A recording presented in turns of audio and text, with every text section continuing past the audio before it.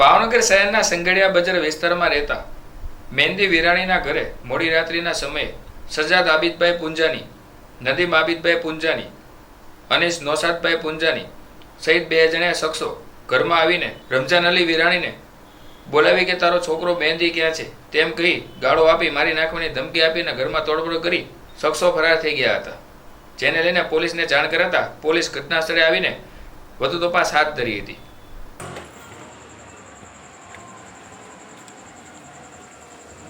સંઘડિયા બજાર સુપર મેડિકલની બાજુમાં શું બનાવ બન્યો? હું બપોરે ત્યારે 12 વાગે સૂતો હતો અને મારા છોકરાને બોલાવીને કીધું કે ભાઈ તારો ભાઈ ક્યાં છે મહેંદી, સમજે. તેણે મારા છોકરાએ કીધું કે તો બહાર ગયો છે. તે મારા ઘરના બહાર નીકળ્યા. એને પછી એને ગાળ દીધી, મારવા જતો રહ્યો. મારા છોકરાએ શરીર લઈને મારવા આવ્યો અને 4 થી 5 જણા હતા એ લોકો.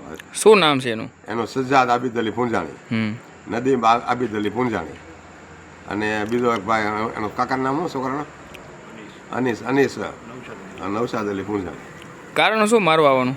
મારા ભાઈ 3-4 અદાવત જૂની. મારું નામ વિરાણી મહેંદી હુસેન રમજાન અલી, વિસ્તારનું નામ છે સંઘડિયા બજાર સુપર મેડિકલ. બનાવમાં એવું બનેલ છે કે મારા પપ્પા રાતે 12 વાગે સૂતા હતા ઘરે, ને મારો ભાણિયો સજ્જાદ આબિદ અલી પુંજાણી, એની સાથે નદીમ આબિદ અલી પુંજાણી, એની સાથે અનીસ નૌશાદ અલી પુંજાણી અને ચોથો વ્યક્તિ ટકો કરીને હતો અને કોઈ બીજો 5 જણા હતા ટોટલ. ને એ 5 જણા પહેલાં મારા ઘરમાં ગયા, મારા ભાઈને ગાળું દીધી, મારા ઘરમાં તોડફોડ કરી ને પછી મારા ભાઈને કીધું કે તારો ભાઈ મહેંદી ક્યાં છે? તો મારા ભાઈએ ના પડી કે મહેંદી બહાર ગયો એમ કરીને મારા ભાઈને છરી લઈને મારવા ગયો. મારા મમ્મી આડે મારા મમ્મીને ગાળી દીધી અને એમ કીધું કે વહી જાને તને મારી નાખીશ.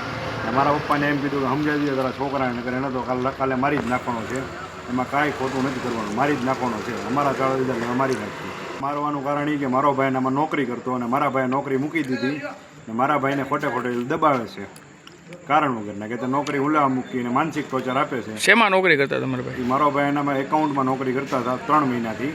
3 મહિનાથી મારા ઘરે માનસિક ટોર્ચર આપે છે એ લોકો, મારી નાખશું ને કાપી નાખશું ને તમારે રહેવું હોય તો ગામ પાછા વ્યા જાઓ, એ બધી ધમકીઓ અવારનવાર આપતા રહી. મકાન માલિક